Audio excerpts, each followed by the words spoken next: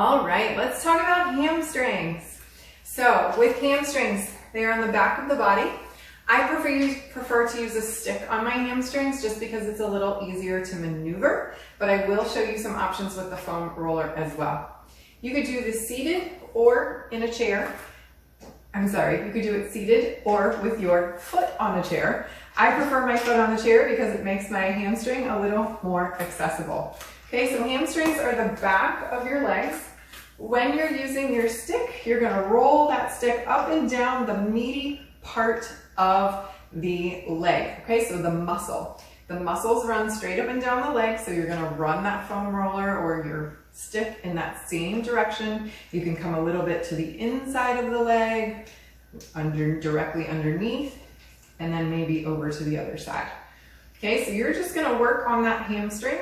Maybe if you find an area that needs a little more attention, you can focus on that with some shorter swipes, maybe to add a little more pressure, and then go back, move away from it, and then come back if you need to.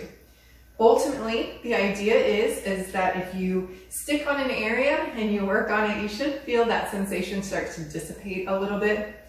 If it doesn't, just move away, come back, see if that second time through works, and then maybe again a third time, and if not, it's okay.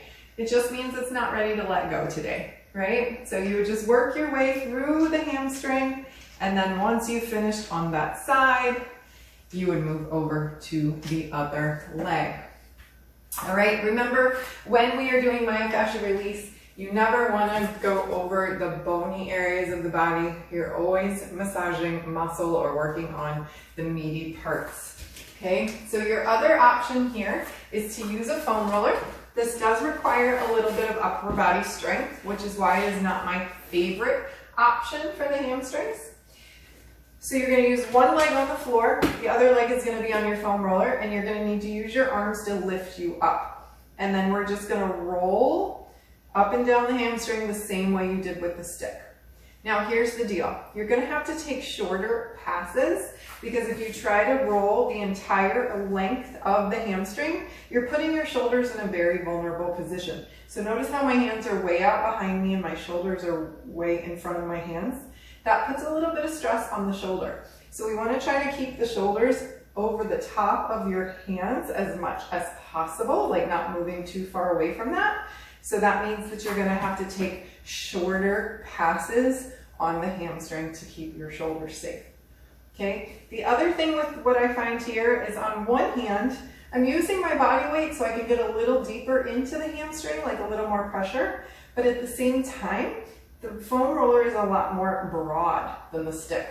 So I don't really feel, even though I'm getting more pressure and I can get deeper with that pressure of my body weight, I don't feel like it's really getting into the hamstring like the stick does. So again, it's all personal preference. You need to do what you feel best and gives you the best results, but also that keeps you safe. So be careful of the shoulders, whichever one works best for you, one leg and then the other.